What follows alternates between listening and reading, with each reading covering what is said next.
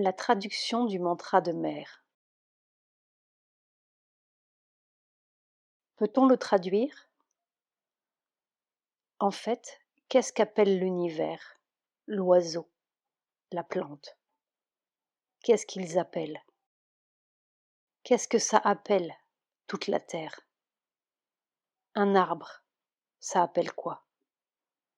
La joie, l'amour, le suprême. La suprême chose qui est.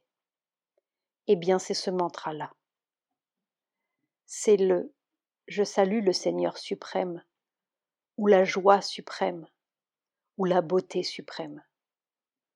Ça qui remplit mes poumons, ça qui me remplit, qui remplit la terre, qui la fait pousser. Je salue le Seigneur suprême. C'est la traduction du mantra? Oui, mais ce sont des mots de notre intellect, alors que c'est une traduction de notre intellect. Mais c'est cette vibration-là, ce son-là qu'il faut engrainer dans le corps. C'est vraiment le mot Seigneur suprême. Seigneur suprême, Seigneur, c'est notre traduction occidentale. C'est le Bhagavaté. Bhagavaté, c'est quoi? Qu'est-ce qu'on peut dire? C'est la respiration de tout, mais la vraie respiration, celle qui nous manque, justement. Ce n'est pas la même chose. Dans un cas, il y a le sommet d'un ordre hiérarchique et l'idée d'un Dieu créateur et moteur. Ah oui, oh, ça, c'est encore notre enfantillage. Qu'est-ce qu'il y a dans le monde? Il n'y a qu'une chose. Et c'est tout ce qui est.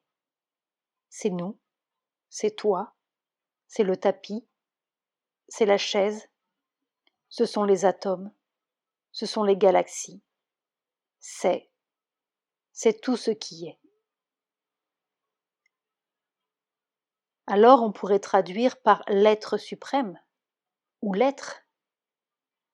L'être, oui c'est ça. Oui, je salue l'être suprême. Et encore suprême? Oui, pas un suprême, comme dit Mère, pas un suprême au diable Vauvert. Il est ici, il est là. Justement, ça bat dans notre poitrine. C'est dans chaque chose, dans tout ce qui est. C'est dans le pauvre type qui est au fond de son trou. C'est dans tout ce qui est. Donc, nous n'avons pas encore traduit le mantra. Oui, c'est une respiration. Oh, nous ne mettrons que des traductions intellectuelles et mentales là-dedans. N'est-ce pas, ça n'a pas besoin de traduction. En fait, ça a besoin de vibrer. Cette vibration, elle est pleine de soleil. Dès Platon, la tentation de la pensée a été, parce que la pensée est difficile et que cela ne met pas en question la bonne volonté, ni la puissance des penseurs occidentaux et autres qui ont tenté de percer les énigmes. De mettre en hiérarchie, sous une forme mythique avec Platon, ou sous une forme théologique à travers le christianisme, l'univers. Partout, nous assistons à la mise en place, à l'installation d'un moteur suprême vis-à-vis duquel toutes les autres créatures sont en quelque sorte dans un état de dépendance. Oui, de dépendance. Il ne reste plus à des petits moteurs qu'à saluer le grand moteur. Oui. Et le tour est joué. Nous avons pu cheminer à travers l'histoire de ce type de construction mentale que l'on trouve à travers toute la scolastique, à travers le platonisme et aussi à travers la représentation scientifique. C'est un problème très complexe car cela ne met pas en question l'intérêt ou la force de ces démarches, mais cela met aussi en lumière un type très restreint et limité de représentation qui nous poursuit depuis toujours, aussi bien à travers les anciennes religions et leurs constructions théologiques, oui, mais qu'à travers notre scolastique et à travers notre science et notre technique, qui elles-mêmes procèdent de la même manière. Mais écoutez, moi je n'ai rien vu de plus simple que cette parole des Rishi védiques. Ils disent « le puits de miel sous le roc ».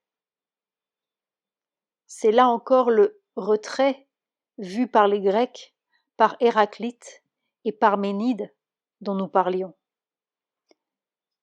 C'est ce qui n'est pas recouvert. Et ce puits de miel, il est là, au fond de tout. C'est en fait tout. Mais nous ne sommes pas encore ce que nous sommes. Nous nous croyons un savant, un singe, un poisson. Nous nous croyons chrétiens, bouddhistes, hindous. On se croit des tas de choses. Une girafe, un petit chien. On se croit des tas de choses. Mais en fait, on est ce miel-là, ce puits de miel qui est recouvert par toutes sortes d'habitudes, de poissons, d'hommes, de savants, de biologistes ou de chrétiens. Mais sous toutes ces habitudes, il y a quelque chose qui est plein de miel et de soleil, et qui est ce qu'on est. Alors ça, on peut dire le suprême, ou peut-être suprême, mais c'est une pauvre traduction mentale. Alors quand Mère invoque, quand elle salue ce Bhagavaté, ce n'est pas un Dieu, n'est-ce pas? C'est l'être même du monde. C'est son être vrai, celui qu'un enfant connaît très bien, sans mystère et sans théologie. Alors, je salue ce puits de miel. Quelle est la traduction du mantra? Je m'excuse, il me la faut. Oui, j'ai essayé de 1000 manières, ou de 5 ou 6 manières de donner une traduction, mais elles sont toutes pauvres. Mais l'essence du mantra de Mère, c'est ça. C'est ce salut à ce qu'on est, ce à quoi on aspire. On aspire à quoi? On aspire à ce qu'on est. Si on ne l'était pas, on n'y aspirerait pas. Si la nuit était purement nuit, comment pourrait-elle aspirer au soleil si elle ne contenait déjà ce soleil? Nous n'avons toujours pas fait une traduction. La première traduction qu'on puisse donner, c'est la traduction mentale. C'est-à-dire littéralement, je salue cela qui est suprême. Note. Littéralement, Bhagavaté. Cela qui est plein, cela qui a la plénitude. Selon la tradition, les 6 qualités de Bhaga sont la richesse, l'héroïsme, la grandeur, l'harmonie, la connaissance, le détachement. Mais ce suprême, ce n'est pas évidemment un suprême céleste. C'est le contraire même du chemin suivi par Mère ou par les Rishi ou par Sri Aurobindo. C'est ce qui est vraiment la matière. On a cherché ça là-haut, on l'a appelé l'esprit. Mais le bout de la découverte, c'est de s'apercevoir que ce qu'on a tout en haut, il est en plein dans la matière, qu'il est la matière même, qu'il est la joie de ce qui est. Comment tout ça est-il possible s'il n'y a pas une joie au fond de tout ça? Alors, c'est la suprême joie. Je salue la suprême joie.